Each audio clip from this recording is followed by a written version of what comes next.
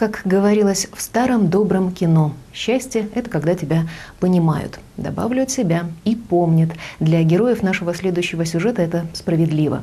Чтобы заслуженный отдых не превратился в незаслуженную каторгу, нужно ведь совсем чуть-чуть. Чуть-чуть памяти и чуть-чуть понимания. С памятью пока вроде все в порядке. Встречи с уже не работающими энергетиками профсоюзный комитет вместе со всем коллективом Нерюнгринской ГРЭС проводит регулярно.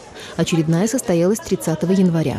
А что касается понимания, на станции понимают простую вещь – решение бытовых вопросов, оказание материальной помощи своим, пусть и бывшим сотрудникам, похвально и важно. Но помимо этого нужно живое общение, ощущение сопричастности к жизни предприятия.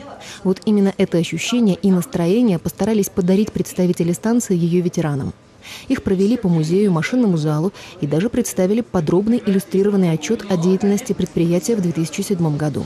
В общем, мероприятию мог бы грозить надвигающийся официоз, если бы взору не предстали щедро накрытые столы и, конечно, тамада. Вот они-то вместе с веселыми песнями, танцами, конкурсами, поздравлениями юбиляров, воспоминаниями очевидцев и задали единственно правильный тон этому вечеру.